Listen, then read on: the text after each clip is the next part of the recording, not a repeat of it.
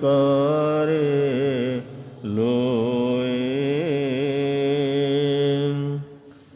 पोतो गाई मोणुतरम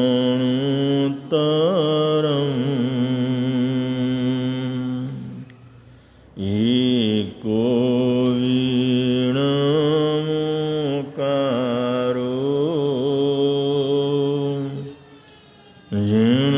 जिणवरवश सबद्ध मानस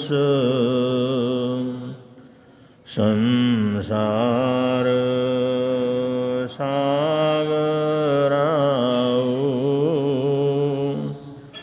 तारे नरम नारिम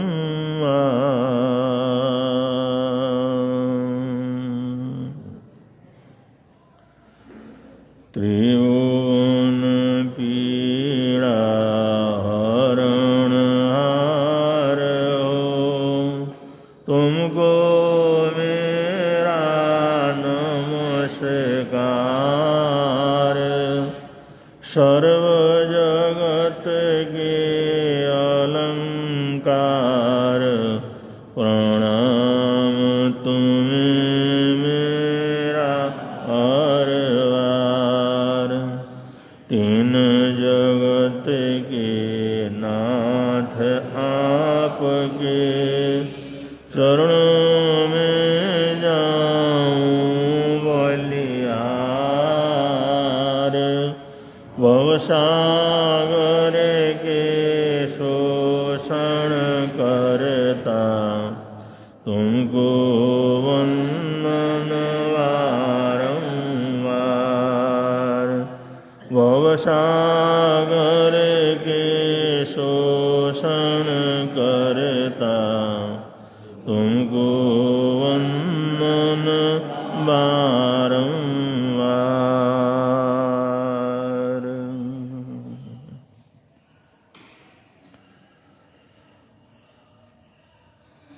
दर्शनाचार के बीच में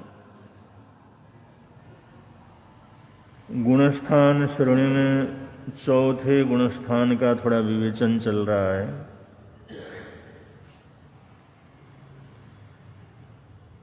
और ये बतलाया गया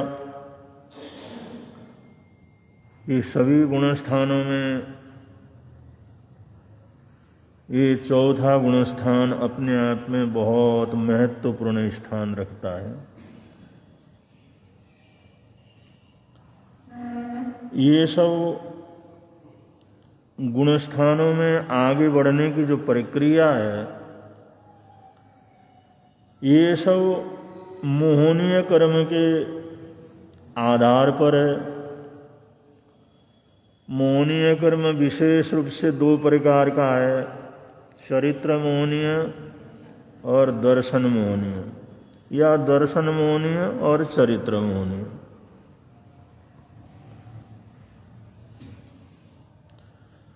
ये दोनों ऐसी चीज हैं जो आत्मा के स्वरूप को ही खत्म करना प्रारंभ करते हैं। आत्मा के जो लक्षण हैं, आत्मा का ज्ञान है, आत्मा की शक्ति है, आत्मा के गुण हैं, आत्मा की पहचान है, उसी को डैमेज करना शुरू कर देते हैं।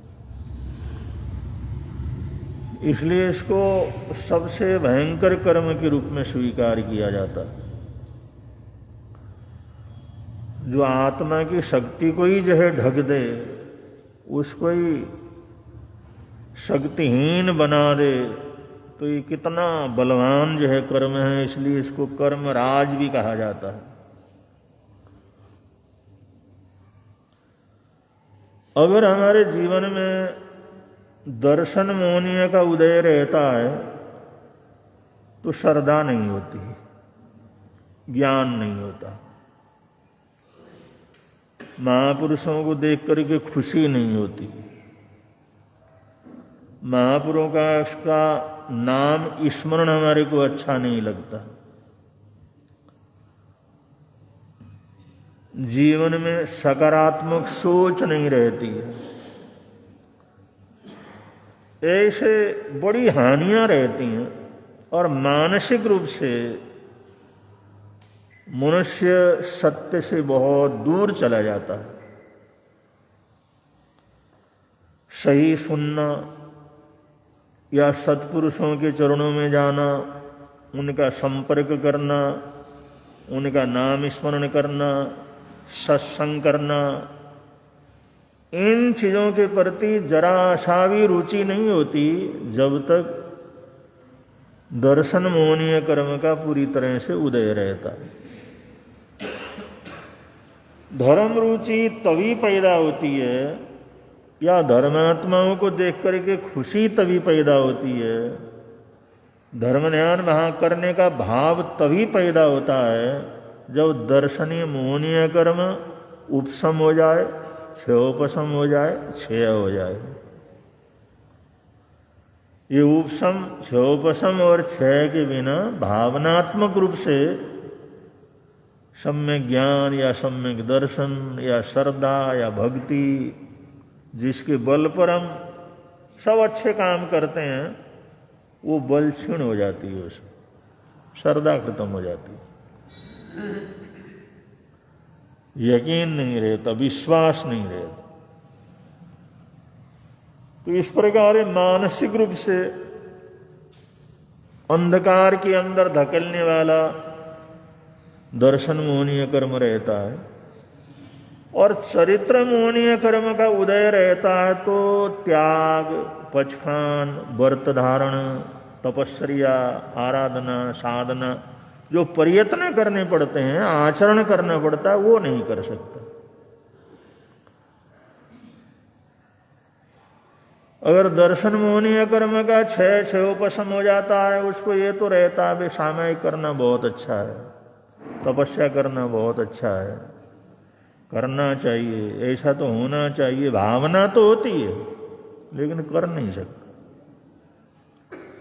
कोई ना कोई रुकावट आ जाएगी, कोई ना कोई परेशानी आ जाएगी, मन में प्रमाद आ जाएगा और वो चरित्र के ऊपर अपने कदमों को नहीं बढ़ा सकता। ये चरित्र मोहनीय कर्म के उदय का परिणाम। तो ऐसे ये दर्शन मोहनीय और चरित्र मोहनीय कर्म ज्ञान और आचरण से इस आत्मा को दूर रखती हैं और ज्ञान और आचरण से तो धर्म होता है, सही का ज्ञान हो और उसका आचरण हो, इसी को धर्मात्मा कहते हैं। सही चीज की जानकारी हो और उसका आचरण हो। और ज्ञान होता है लेकिन आचरण करता ही नहीं है तो भी जो है वो आगे नहीं बढ़ सकता, गति नहीं आ सकती। करने की तो सोचता है, करने का प्रयत्न तो करता है, दर्शना मोहनीय कर्म उदय के अंदर है, इसलिए सही नहीं कर सकता, सही विश्वास उसको नहीं होता, सही जानकारी नहीं होती, जो भी उनको इन्फॉर्मेशन मिलते हैं सब गलत मिल जाते हैं। तो ऐसे दोनों का क्षयोपशम होना बहुत जरूरी है। और ये चौथा गुणस्थान है। तीसरे गुणस्थान के आखिर में जाकर के वो अपूर्व करण की घटना घटती है और इस दर्शन मोहनीय जो कर्म और चरित्र मोहनीय कर्म का जो पहला पड़ाव है, जो पहली स्थिति है, वहां पर क्षय हो जाती है। अब क्षय होने के बाद और कुछ न कुछ तो प्रकाश होगा, कुछ न कुछ तो ताकत आएगी, कुछ न कुछ तो भाव आएंगे। तो ये घटना जीवन के लिए बहुत ही एक अद्भुत घटना है, जीवन की सबसे बड़ी सफलता है कि आत्मा या ये मनुष्य तीसरे गुणस्थान को पार करके चौथे गुणस्थान में पहुंच जाता है। और चौथे गुणस्थान में पहुंचने के बाद जैसे कि सम्यक तो ये कहता है, सम्यक दर्शन कहता है कि अब तुम्हें नरक में नहीं जाने देंगे, अब तुम्हें जो पशु योनि में नहीं जाने देंगे, अब तुम्हें अशुभ जो मनुष्य योनि और देव योनि भी नहीं देंगे, लेकिन वो साथ में रहे तभी तो, और नहीं रहता है तो चौथे गुणस्थान में जाने के बाद भी मिथ्यात्व में चले जाते हैं। नरक में भी चले जाते हैं, त्रियंच में भी चले जाते हैं, सभी गतियों के अंदर परिवर्मण होता है। लेकिन फायदा इतना है, कभी भी योग मिले तो फिर वापस से लौट करके बहुत जल्दी चौथे गुण स्थान में, फिर आगे को गुण स्थान में भी जा सकता है। वो दुनिया के अंदर हमेशा के लिए रुलता नहीं है। ये इसके अंदर सबसे बड़ा फायदा।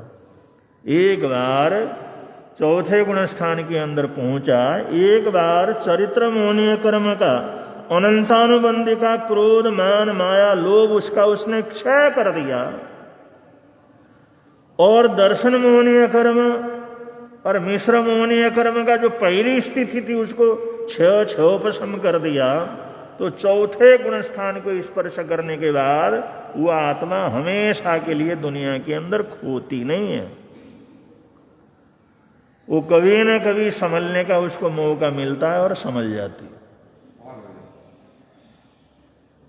एक उदाहरण से बड़े आराम से आप लोग समझ सकते हैं। एक संपन्न पुण्यशाली भाग्यशाली श्रेष्ठी, उसको संतान नहीं हुई, मकान है, बंगले हैं, जमीन जायदाद है, व्यापार खूब है, मान सम्मान है, आदर सत्कार है, कोई किसी प्रकार की कमी नहीं है, लेकिन एक संतान न होने से बहुत परेशान है। उन्होंने कहा ये सब कौन संभालेगा, ये किसको देंगे, ये संभालने वाला कौन रहेगा। उसके मन के अंदर बड़ा संताप रहता है कि मेरी कोई संतान नहीं है, और उस हिसाब से बड़े प्रयत्न करते हैं। समय आया, पुण्यवानी उसकी ऐसी जगी, उस सृष्टि को एक बेटे की प्राप्ति हुई, संतान हुई उसको। अब इतने समय के बाद, इतनी चाहत के बाद, इतने जो उपक्रम के बाद, मनोमतियां मानने के बाद अगर कोई काम पूरा होता है तो उसे इंसान से इंसान खुशी भी मनाता है और साथ साथ में खर्च भी करता है। उसने खूब किया। एक लौंता बेटा था बड़ा अच्छा, उसको अच्छे संस्कार उसकी माँ ने भी दिया। जब तक उनके हाथ में था, जब तक उनके बिना इधर उधर आ जा नहीं सकता था, तब तक बड़े बढ़िया संस्कार उनको, अच्छे से अच्छे संस्कार दिए। जो ना मंत्र जाप है, पाठ जाप है, धर्म स्थान में जाना है, मंदिर में जाना है, पूजा प्रतिष्ठा करना है, या गुरुओं के पास जाना है, सुनना है, आशीर्वाद लेना है, वो सारी चीजें माँ बाप अच्छे थे।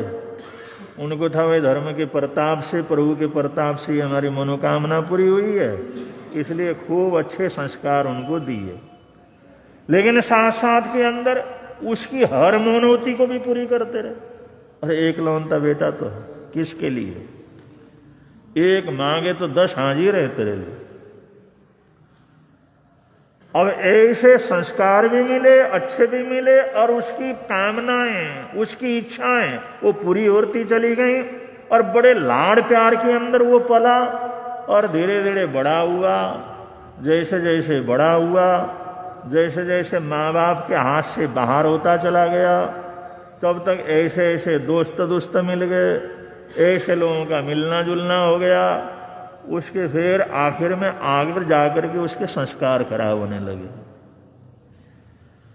क्योंकि अब जब संपत्ति है, पिता इतना संपन्न है, इतना ही खर्च करता है, तो उल्टे सीधे लोग भी उससे जुड़ जाते हैं, मैत्री कर लेते हैं। दोस्त चलो वहां चलते हैं, अरे तूने ये खाएगा, तो उस होटल के अंदर कभी भोजन करे, हम तो होटल में नहीं गए तो क्या हुआ। अब ऐसा कर करके उसके जीवन में तरह तरह के कुव्यसन शुरू हो गए। अब माँ बाप का, विशेष रूप से उसके पिताजी का उसके प्रति इतना जो है वात्सल्य था, इतना वात्सल्य स्नेह था कि वो कुछ खराब करेगा ऐसा तो सोच भी नहीं सकता। भरोसा होता है ना, जहां ज्यादा प्रेम होता है वहां पर भरोसा भी ज्यादा होता है। उन्होंने कहा मेरा बेटा है, ये थोड़ी कर सकता है, ये कुछ नहीं करेगा। ये लोगों को बहुत ज्यादा ओवर इतना उसके ऊपर कॉन्फिडेंस रहता है, भरोसा रहता है, लेकिन अब संगत गलत हो गई तो धीरे धीरे उसके अंदर सारे कुवेशन आ गए संगत से। और कुवेशन इतने आ गए, उसके जीवन के अंदर बुराइयां इतनी आ गई, और कुवेशन आ जाए, शराब की कुवेशन लग जाए, मांस की कुवेशन लग जाए, जुए की कुवेशन लग जाए। और कुवेशन कोई भी होगा उसके अंदर पैसे ही खर्च होते हैं, लक्ष्मी का ही विनाश होता। कुवेशन न हो तो कितना खाएगा, पिएगा, पहनेगा। ये सारा जो है जितनी लक्ष्मी है उसकी बर्बादी होती है, या तो कुवेशनों से होती है, या बुरे खान पान से होती है, या बुरे प्रदर्शन के अंदर होती है, दिखावे के लिए होती है। वरना आदमी पेट भर के खाए, आराम से रहे, तो उसके लिए खर्च क्या करेगा? बढ़िया से बढ़िया भोजन भी खाए तो कितना कर खर्च करे। ये जो गलत कुवेशन खान पान शुरू हो जाते हैं, गलत आचरण शुरू हो जाता है, तभी पैसे का विनाश शुरू हो जाता है। मिलता कुछ नहीं, शरीर का विनाश हो जाता है, पैसे का विनाश हो जाता है। इसलिए जैन परंपरा में आचार्यों ने ये व्यवस्था की है, हम जैन उसी को कहेंगे जो कम से कम एक नमकार मंत्र की माला और 7 कुवेशनों का पचखान करे। शुरू में जो प्रारंभ में जिस समय ये हुआ, भाई जैन किसको कहा जाए, जैन किसको माना जाए। जन्म से तो सब जन्म लेते हैं, जैसे सारी दुनिया जैसे जन्म लेती है, तो हम जैन किसको माने। ये तो एक पहचान बना ली गई। सबसे पहली पहचान नमकार मंत्र का जाप। एक नमकार मंत्र कम से कम उतना तो सीखे, और 7 कुवेशनों का त्याग। और उसकी दूसरी तीसरी पहचान बतलाई, कम से कम रात्रि भोजन का त्याग करे, छना हुआ पानी पिए, मुंह के ऊपर हाथ रख करके बोले। ये जैनियों की पहचान है। दुनिया के किसी भी कोने में जाओ, अगर आदमी जो है सामने मुंह के ऊपर रुमाल रख करके हाथ रख के बोले, तो अगला कहता जैन परिवार का। अगर कहीं भी जाए, वो कहते छाना हुआ पानी पीता हूं, अनछाना तो नहीं पी सकता, तो अगला कहता है जैन है। किसी भी धर्मशाला में जाओ तो वहां पर टूटी के साथ कपड़ा बना हुआ रहता है, तो पता लगता है जैन धर्मशाला है। वो एक नियम रहता, छना हुआ, कम से कम गरम नहीं पी सको तो छना हुआ तो पियो। गरम करके नहीं ले सकते, फांसू करके नहीं ले सकते, कम से कम छान करके तो पानी पियो। तो ये जैनियों की पहचान बनाई गई कि हम जैन किसको कहें। और यही कारण है जैन समाज संपन्न रहा हर समय में। अब सारे के सारे नहीं होते, गरीबी से गरीब रेखा के अंदर भी होते हैं लेकिन फिर भी जैन समाज हमेशा संपन्न रहा, इसलिए कि कमाई करता है तो लक्ष्मी बचती है, क्योंकि उसके जीवन में कुवेशन नहीं है, उल्टा खाना पीना नहीं है, उल्टी सुल्टी जगह जाना नहीं है, तो क्या करेगा, उसका पैसा बच जाता है। पैसा बच जाता है तो सेठ हो जाता है, संपन्न हो जाता है।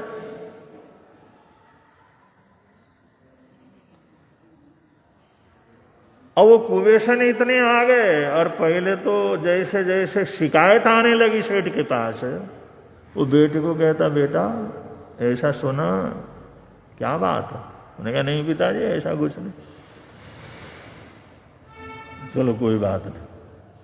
अब ऐसा करते करते उसको ढकते ढकते वो तो इतना हो गया, उन कुवेशनों के बिना रह नहीं सकता।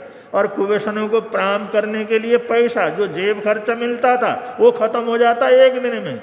15 दिन के मिला हुआ एक दिन में खत्म हो गया, महीने के लिए मिला एक दिन में खत्म हो गया, तो करेगा क्या? चोरी तो करेगा। और चोरी करना, फिर वो व्यसनों को पूरा करना, चोरी करना, व्यसनों को पूरा करना। अब एक शिकायत उसको किसी तरह शांत किया, दूसरी शिकायत, दसियों शिकायत, शिकायत के ऊपर शिकायत आने लगे। तो सेठ ने कहा भाई ये क्या हुआ। उसने बड़ा धमकाया, बहुत कुछ किया, लेकिन अब तो अपने से बाहर हो चुका था। वो कहता पिताजी मैं आपके सामने मना कर लूं, लेकिन मेरे से अभी रहा नहीं जा सकता। मेरे अंदर जो बुराइयां आ गई हैं, जो मैं करता हूं मैं गलत नहीं समझता, और इनके बिना मैं रह नहीं सकता। अब एक तो बढ़कर के बराबर का हो रहा था, और दूसरा उसके विषय जीवन के अंदर कुव्यसन भर गए, और वो शर्म भी उसकी खत्म हो गई, लज्जा लिहाज भी खत्म हो गई। अब सेठ को जवाब देता, पिताजी को जवाब देता, पहले क्यों नहीं रोका, पहले क्यों नहीं ठोका मेरे को, आज ठोक रहे हो, आज धमका रहे हो, शुरू में क्यों नहीं धमकाया मेरे को, बताओ। उल्टा चोर कोतवाल को डांटे, ऐसा हो जाता है, ऐसी हालात हो जाती है। अब शर्म नहीं रहे, लिहाज नहीं रहे, और संतान इस तरह से बोलने लगे, तो उस परिवार के बड़े की क्या पोजीशन होगी, ये तो भुगत भोगी क्या करते हैं जानते हैं। उनको खून की घूंट पी करके रहना पड़ता है। और वो डंके की चोट के ऊपर कहता मेरा नहीं रहा जा सकता, उस मैं तो करूंगा। शेख ने सोचा अरे भाई हमारी जिंदगी तो नरक हो गई, क्या सोचा था, क्या विचार किया था, अब इसको जो भी दूंगा वो तो 10 दिन में खत्म कर दे। कहा उत्तराधिकारी के लिए इतना कुछ सोचा, अब इसको तो मैं दे ही नहीं सकता। और उसने 1000 तरीके से प्रयत्न किए, कुछ नहीं हुआ। उसके व्यसन अड़ोसी पड़ोसी रिश्तेदार सबको पता लग गया, 1 नंबर का चोर है।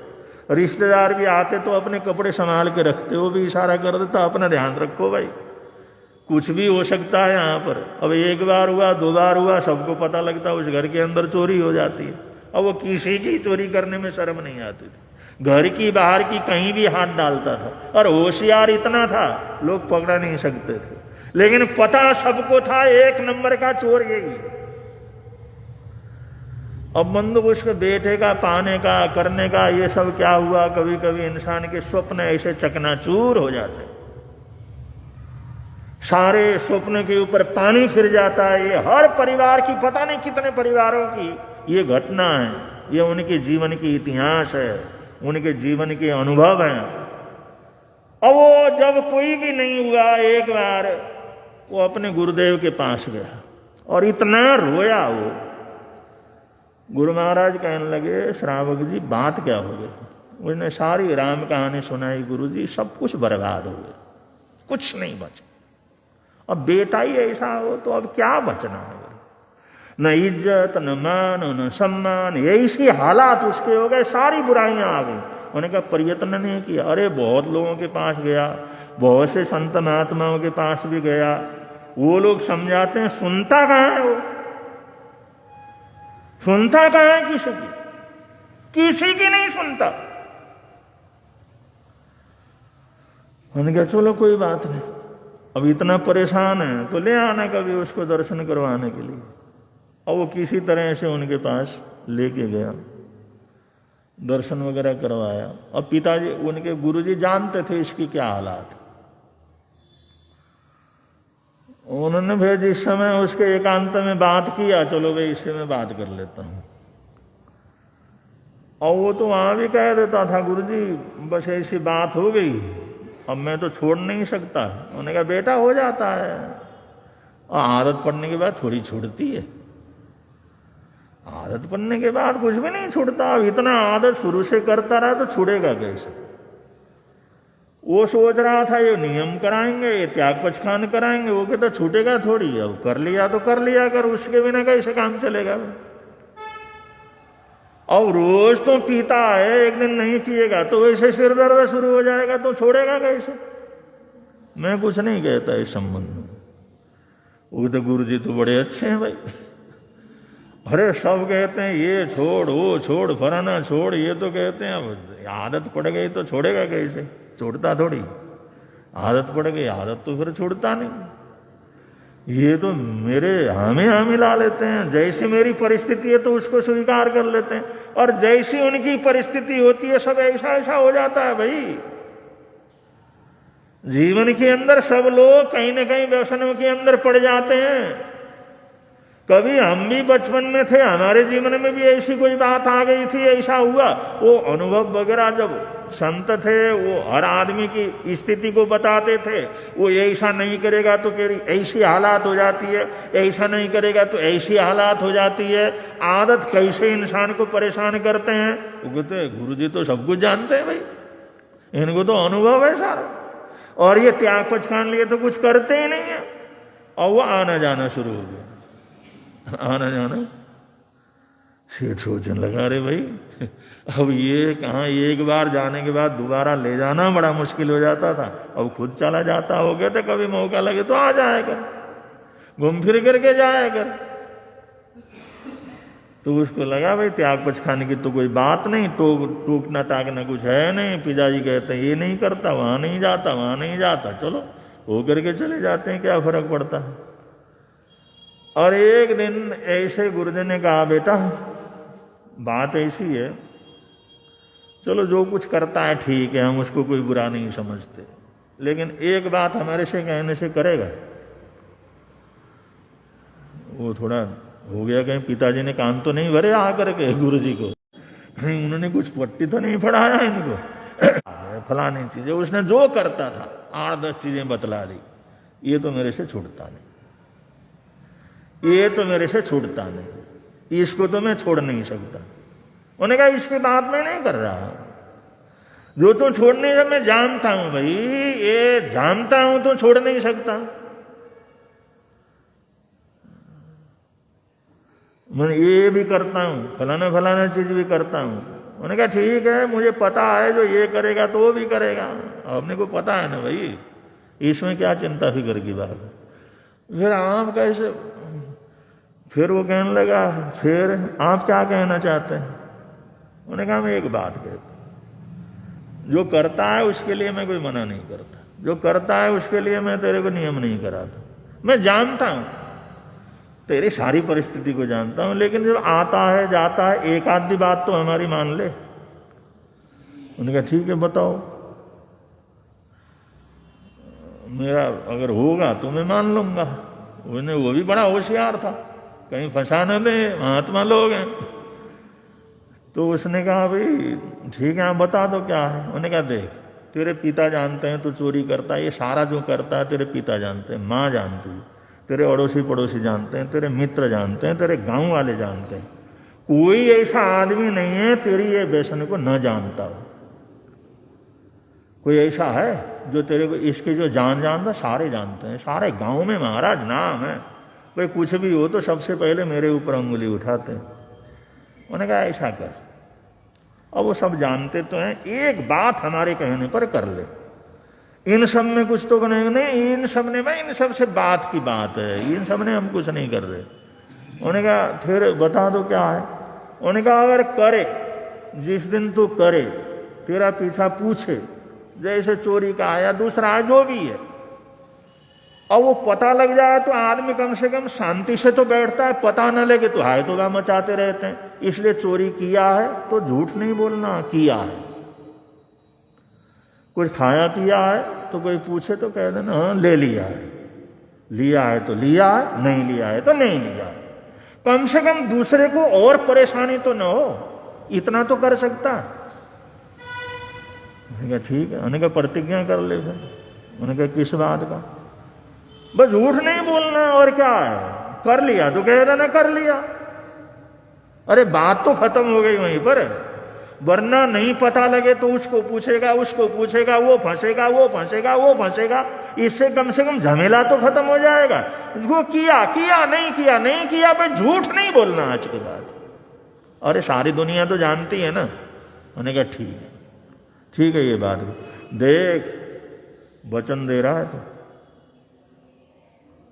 याद रख ले, सोच ले 2 मिनट बैठ करके, कर सकता है तो ठीक है, नहीं कर सकता है तो कोई बात नहीं। उन्होंने सोचा अब कह देने में क्या है, जब पिताजी का उठा लूंगा, पिताजी पूछेंगे उठा लिया, उठा लिया। खर्च कर दिया, इसमें क्या है, जानते तो हैं। अब इसमें महात्मा जी कौन सी बात है, ठीक है मैं कर लेता हूं। उसने प्रतिज्ञा की, उन्होंने 3 वचन दिलाए, भाई झूठ तुमने नहीं बोलना। अब ये नियम तो कर लिया है, लेकिन घर में सोचने लगा अब पड़ोसी का चोरी करूं। अब पता तो सबको है, आकर के सबसे पहले मेरे को पूछेंगे, हाँ ना तो करना ही पड़ेगा उसमें। और फिर हाँ करें, फिर के कहाँ छुपाया, फिर वो बताओ किसको दिया, ये बताओ, तो झंझट का काम हो गया। और पिताजी का चोरी करूं तो पिताजी पूछेंगे, बेटा तैने उसमें हाथ तो नहीं डाला? वो हाँ करना पड़ेगा। अरे कहाँ लेके गया था, ये भी बताना पड़ेगा। किसको दिया, ये भी बताना पड़ेगा। ये तो बड़ी मुसीबत हो गई भाई। अरे महात्मा जी ने मेरे को अच्छा फंसा दिया। और यही उसमें 15 दिन उसके निकल गए। 15 दिन उसके, उन्हें सोचा अब सबको पता है चोरी करने की आदत मेरी है, और चोरी के बिना दूसरा काम नहीं हो सकता, और किसी की भी चोरी करूं तो फट से मेरे को पूछते हैं आकर के। अब हाँ करो तो फिर बात तो खत्म हो जाती है, लेकिन फिर हाँ एक करते हैं तो दूसरा भी हाँ करना पड़ता है, तीसरा भी हाँ करना पड़ता है। और गुरुजी ने बताया तो है ना भाई, चाहे कुछ भी हो जाए लेकिन तूने झूठ नहीं बोलना, बस इतना वचन मेरे को दे दो। सोचा आस पड़ोस में अब करने का, रिश्तेदारी में करने का, या पड़ोसी का करने का, मम्मी पापा का वो करने का, इसका तो कोई मतलब ही नहीं रहा भाई। ये तो बड़ा मुश्किल का काम हुआ। कभी भी हुआ झट पूछेंगे, झट भुगतना पड़ेगा, फिर क्या फायदा हुआ। ये चोरी करना न करना बराबर हो गया। तो वो सोचते सोचते उसने कहा भाई अपने को आता है ना, चलो भाई यहाँ वहाँ नहीं होता, किसी सेठ के कर लेते हैं किसी के। अरे सेठ भी बेचारा आएगा, पिताजी का संपर्क सबसे, अगर पूछेगा करेगा तो मुश्किल हो जाएगा। उन्होंने सोचा चलो ऐसा कर लेते हैं, राज खजाने से भी चोरी कर लेते हैं, राज खजाने में कर लेते हैं। होशियार था, बुद्धि उद्धि चलती थी, पता नहीं कितने चोरी वगैरह उसने कर लिए थे। उसने इंतजाम किया राज खजाने के अंदर ही चोरी कर लेता। वो तैयार होकर के रात्रि को जिस समय निकला, योगानुयोग राजा और मंत्री उधर से निकल रहे थे। तो जिस समय आवाज आई तो मंत्री ने कहा रे कौन है? उन्हें कहा कौन है? चोर है। चोर हूं और कौन? और झूठ तो बोलना नहीं था ना। उन्हें कहा, गुरुजी ने कहा झूठ नहीं बोलना, चोर हूं। राजा कहने लगा अच्छा चोर है भाई, चोर बड़ा अच्छा। चोर कहता, चोर के अपने को चोर थोड़ी कहता, पूछ ले। और राजा कहने लगा किधर चोरी करने जा रहे हो? और आज खजाने में चोरी करेंगे, और कहाँ करेंगे? उन्होंने कहा जाओ कर लो साहब कर लो। अब उन्हें सोचा कोई परिचय वाला है, मजाक कर रहा है हमारे साथ। वो लड़का सोचने लगा भाई चोर नाम सुनते ही लोग डंडा लेके भागते थे, अब यहां पर बता भी दिया, राज खजाने में जा रहा हूं ये भी बता दिया। वो कहते जा कर ले चोरी कर ले। काम तो अच्छा हुआ भाई, ये तो ठीक है। और जिस समय किसी तरह से खजाने के अंदर पहुंचा, उसने वहां पर 5-6 हीरो की डिब्बियां थी। उसने सोचा रोज रोज का झंझट खत्म हो जाए, साल भर कम से कम 1.5 साल चले। जो हीरो के डिब्बियां थे और लाखों रुपया में बिकते हैं वो डिब्बियां, 6 डिब्बियां उसने अपने उसमें रख ली। उसने सोचा अब इतना क्या करना, 2 डिब्बियां उसने रख लिया। भाई ये तो लाखों रुपया की चीज है, अब ज्यादा फिर संभालना मुश्किल, किसी के हाथ लगा तो और परेशानी। 2 उसने कहा 2 से अपना 2 साल का काम चल जाएगा, फिर आगे देख लेंगे। 2 डिब्बियां एक जेब में डाला, दूसरे में जेब में डाला। ये करा करके जाते समय सूर्य का समय हो चुका था, मतलब 4था पहर शुरू हो जाता था, और राजा और मंत्री घूम घाम करके वापिस जा रहे थे। फिर थोड़ी आवाज आई, राजा सोचने लगा क्या बात है, ये कौन घूम रहा है, क्या है, छाया सी कैसे नजर आ रही। मंत्री ने कहा कौन है? उन्होंने कहा चोर हूं। अरे ये तो शाम वाला है साहब, ये तो शाम वाला है। उन्होंने कहा चोरी कर लिया? हाँ साहब चोरी करके आया हूं। हाँ अच्छा चला जाए तो कोई बात नहीं। अब उन्हें कुछ नहीं कहा, वो सोचने लगा चोरी भी कर ली, बतला भी दिया, लेकिन फिर भी कोई बात नहीं। वो आया, बैठा, तसल्ली हो गई, 2-4 दिन आराम से शांति से बैठा। अब तो कोई चिंता फिक्र की बात नहीं, अब ये बात थोड़ी दबी रह जाए तो अपना काम बड़े आराम से होता रहेगा। बहुत अच्छा हुआ, ये बढ़िया काम हो गया, गुरु जी की बात भी रह गई और अपना भी काम बहुत अच्छा हो गया। गुरु जी ने अच्छा रास्ता बतला दिया, ठीक है, ऐसा हो जाए तो फिर कोई दिक्कत ही नहीं किसी तरह की। और बड़े आराम से 2-4 दिन तो निकल गए। उधर जो खजानती था, उसको जिस समय पता लगा चोरी हो गई है, उसने 2 डिब्बी तो चोरी हो गई थी, 6 डिब्बियों का रिपोर्ट लिखवा दिया, 6 डिब्बियां चोरी हो गई। और राजा मंत्री परेशान और दुखी, उन्होंने खजांची को बुलाया, बात क्या है भाई, 6 डिब्बियां हीरो की चोरी हो गई और वो भी राज खजाने से।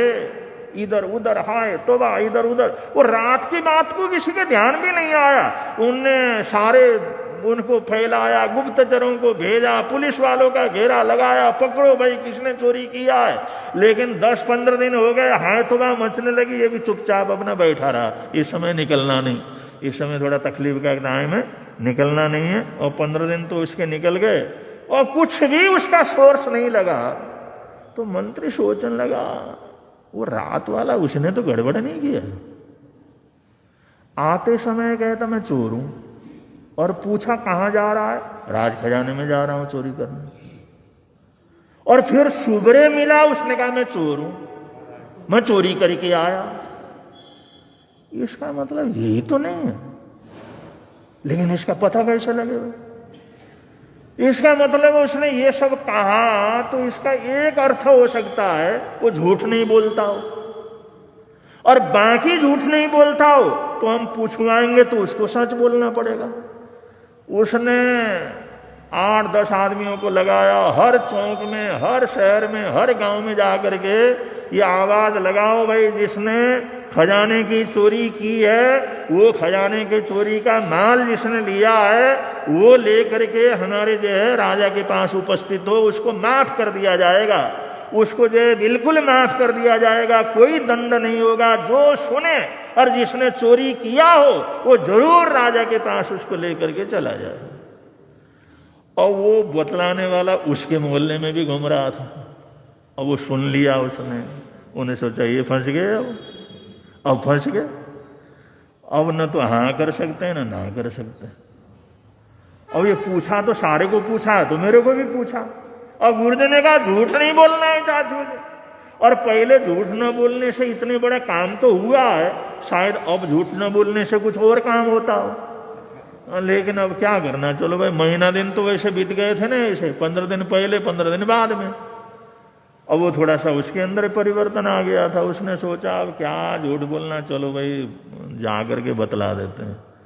वो जिस समय गया और उन द्वारपाल से कहा भाई राजा इससे मिलना है, फलाने सेठ का लड़का। उन्होंने कहा फलाने सेठ का लड़का आया। उन्होंने सोचा कोई काम होगा, कोई बिजनेस वगैरह होगा, उसको बुलाया। उन्होंने कहा क्या काम है साहब, क्या रुकावट है, क्या कहना है आपने? उन्होंने कहा आपने रात को सूचना करवाई थी ना, मंत्री भी बैठा हुआ था। उन्होंने कहा उसका मतलब चोर का पता है आपको कोई राज को सूचना करवाई थी तो इसका मतलब आपको कोई सुराग का पता है उसका? उन्होंने दोनों डिब्बियां उठा करके सामने रखी। राजा और मंत्री देखने लगे, ये नगर में सेठ का लड़का तुम्हारे पास ये कहां से आया? हमने पूछा था ना भाई जिसने चोरी की है तो लेकर के आ जाए।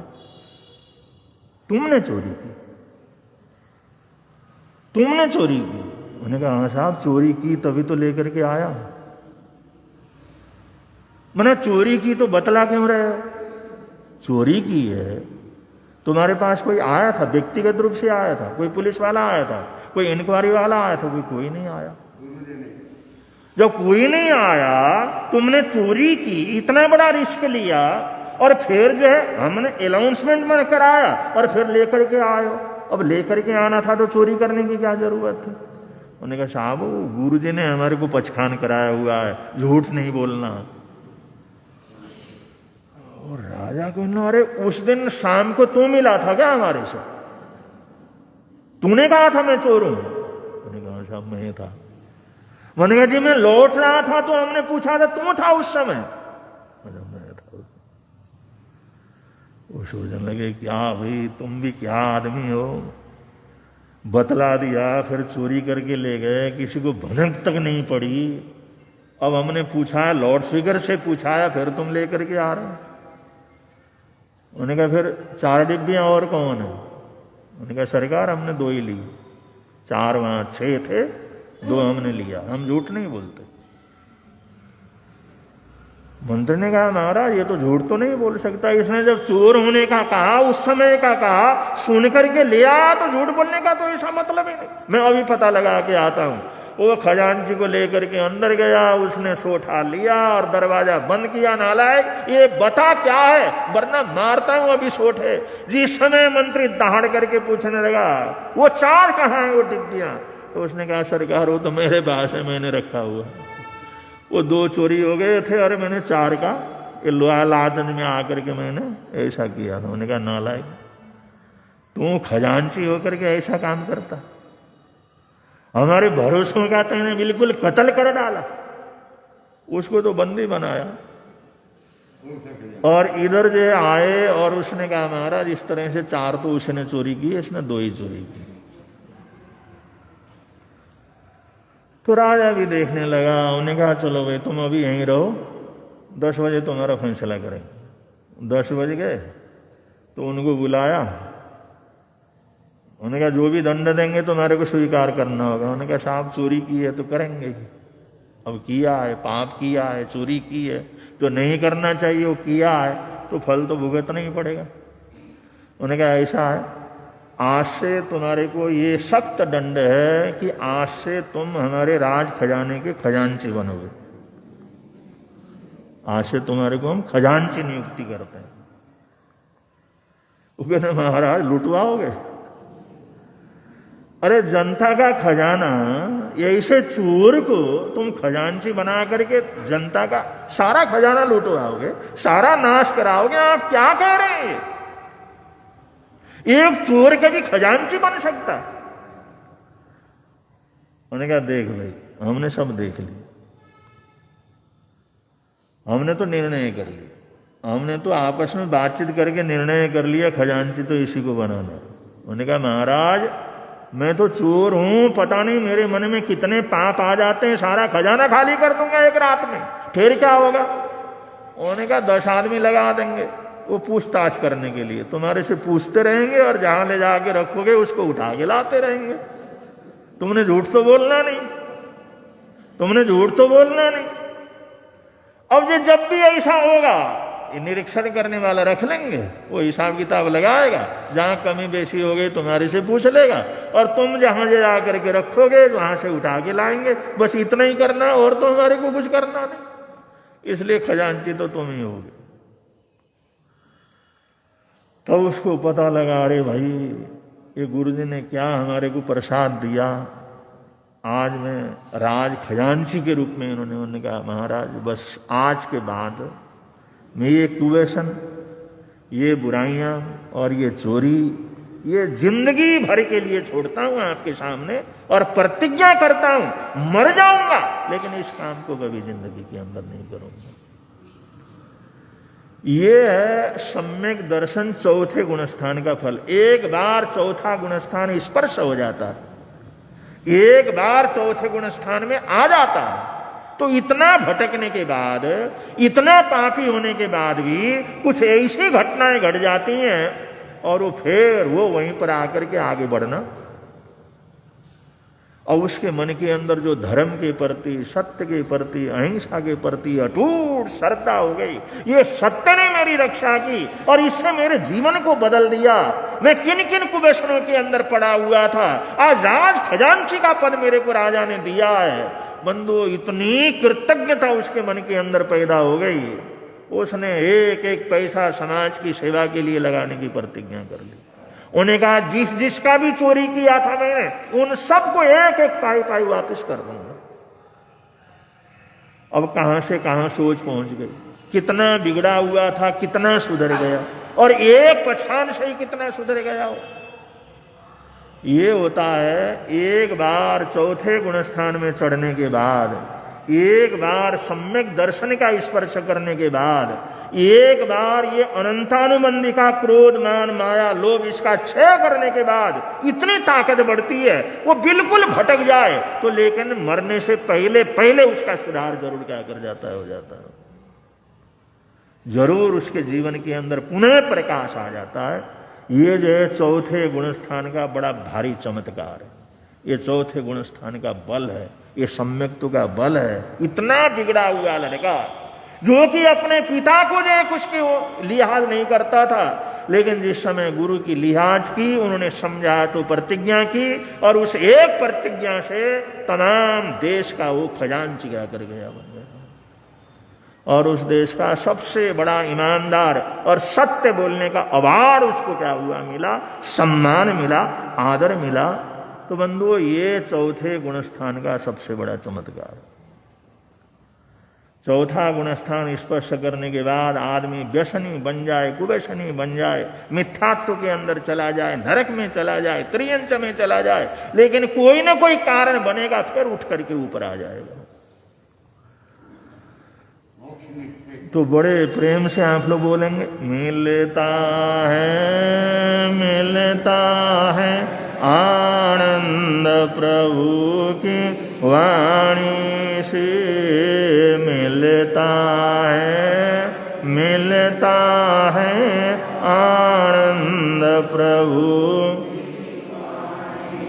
प्रवर्तक शांति गुरुवर प्यारे, प्रवर्तक शांति गुरु, जीवन नैया के रखवारे, जीवन नैया के रख, जोड़ गए संबंध प्रभु की वाणी से, जोड़ गए संबंध प्रभु की वाणी से, मिलता है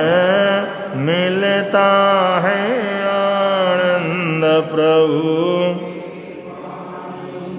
आज का किसी का